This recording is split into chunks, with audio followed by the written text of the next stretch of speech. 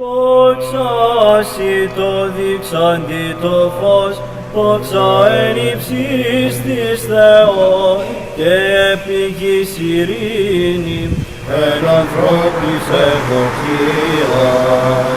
Τιμούμεν σε, ευλογούμεν σε, προσκυνούμεν σε, δοξολογούμεν σε, ευχαριστούμεν σοι, για την μεγάλη σου δόξα.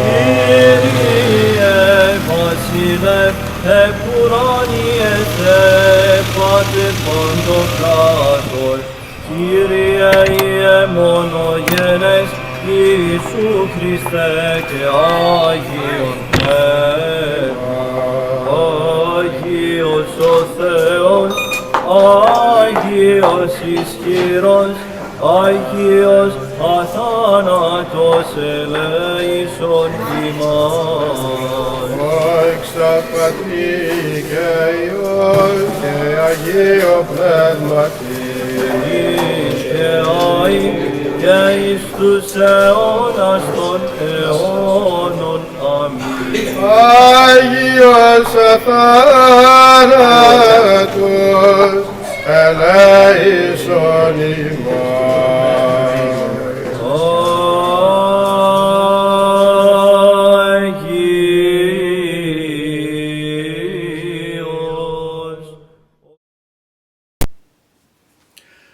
Hi, welcome to The Inner Way, a program exploring the spirituality of the Orthodox Church.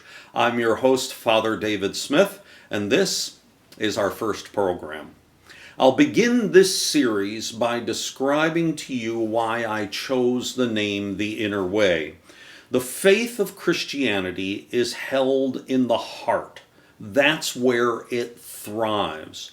But as a priest for the last 30 years, I've discovered that most Christians hold their faith in some other part of themselves than the heart. Let me use some illustrations to describe what I'm saying. Some hold the Christian faith in their heads.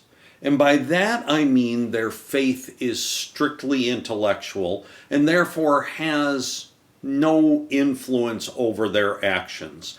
Their faith is like a collection of facts that has been, if not memorized exactly, at least accepted as plausible.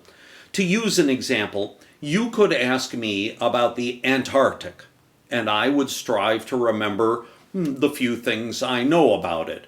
I suppose much of the information would come from a novel I read when I was just in the hospital called Where Do You Go, Bernadette, which is not a novel I would recommend, but I'm simply saying I read it, and a documentary I saw some years ago about penguins. But how do any of the facts about the Antarctic that came from these two sources influence my life? Not at all. Or very little. After watching the documentary, Presbyter and I would sometimes greet each other by standing close and touching our heads like penguins do. But other than that, I really can think of no way that facts about the Antarctic reveal themselves in my actions, and Presbyter and I don't greet each other like that anymore. Holding your faith in your head keeps you from acting on any aspect of that faith. Perhaps a sentimental action, like Presbyter and I touching heads, might result, but nothing substantive. The faith, which is nothing other than intellectual consent, has no grip. It has no drive. It's just there in your head, sloshing around uselessly like the words to some song lyrics you memorized as a teenager. Holding your faith in your head also keeps you from having loyalty. Now, every part of the body, except the heart, I'm going to talk about in this program, keeps Christians from being loyal, but I'll talk about loyalty now. For instance, I usually purchase groceries at a particular grocery store. I suppose I am, in a way, loyal to that store. I drive past 2 other grocery stores to get to the one that I want to go to. But I do that because the store has the things I like to buy, and the people who work there are helpful when I need help. But what would happen if I find that they stopped carrying the foods I like, or their workers became consistently surly? I'd go somewhere else. I'm not loyal to that store in any other way than in a business kind of way. If I was truly loyal in the arena of grocery stores, I'd go to the grocery store I went to as a child, which is gone. Perhaps loyalty to grocery stores would keep me from going anywhere else, and I would either make Presbytera buy all of our groceries or stop eating food. When you hold your faith in your head, you have a business relationship with it.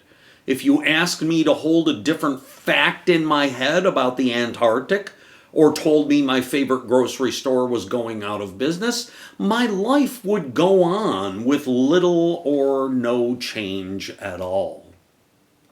Some don't hold the faith in their head, but in their feet. By this, I'm referring to those who show up in church simply out of habit.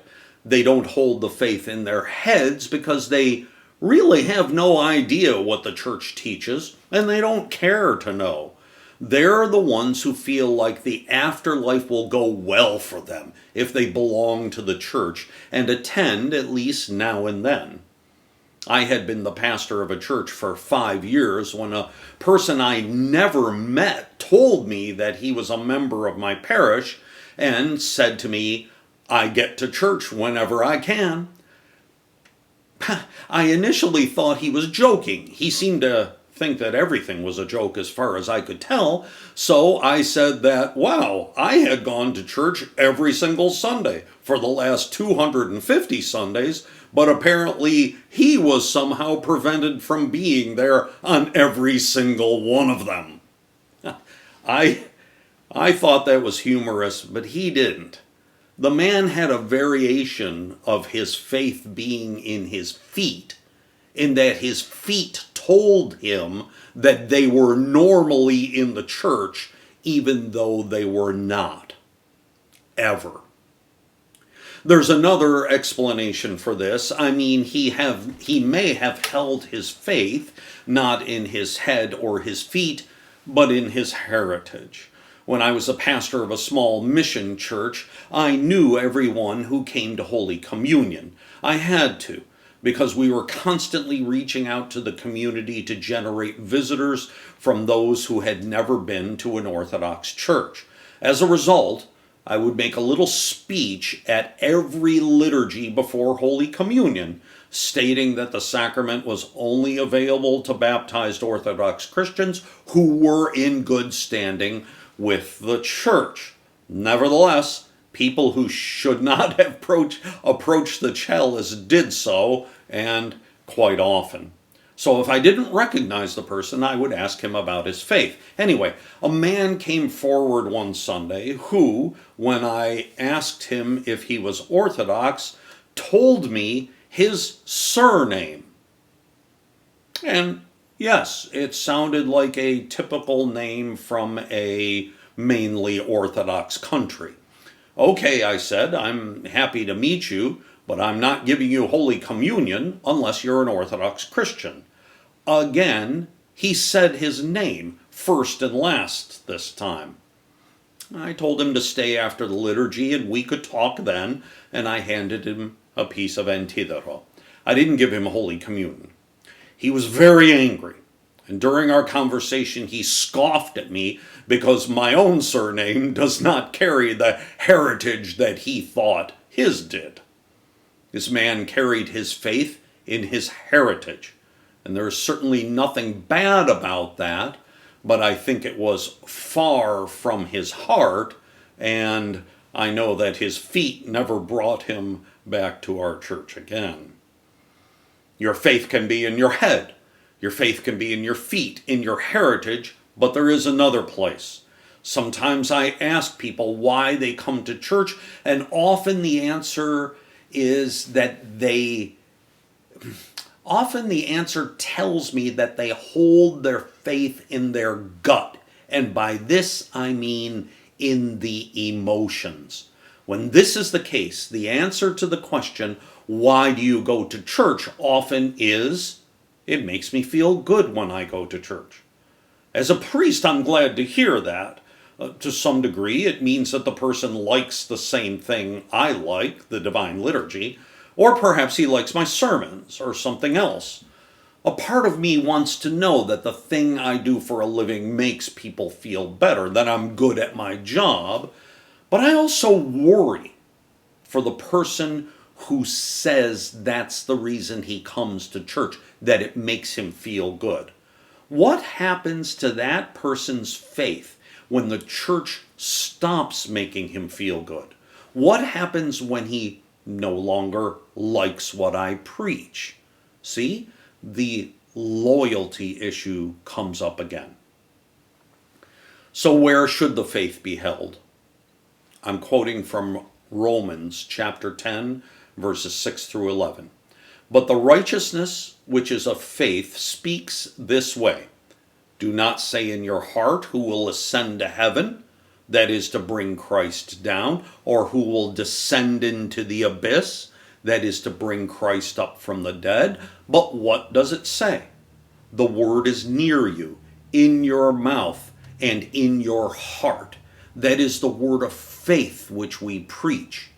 If you confess with your mouth that Jesus is Lord and believe in your heart that God raised him from the dead, you will be saved.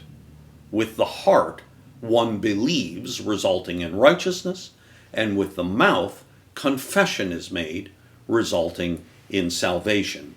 As the scripture says, whoever believes in him will not be disappointed. So the faith that works is held in the heart. And your heart is inside you, no matter how you define the word heart, physically or spiritually, emotionally, whatever.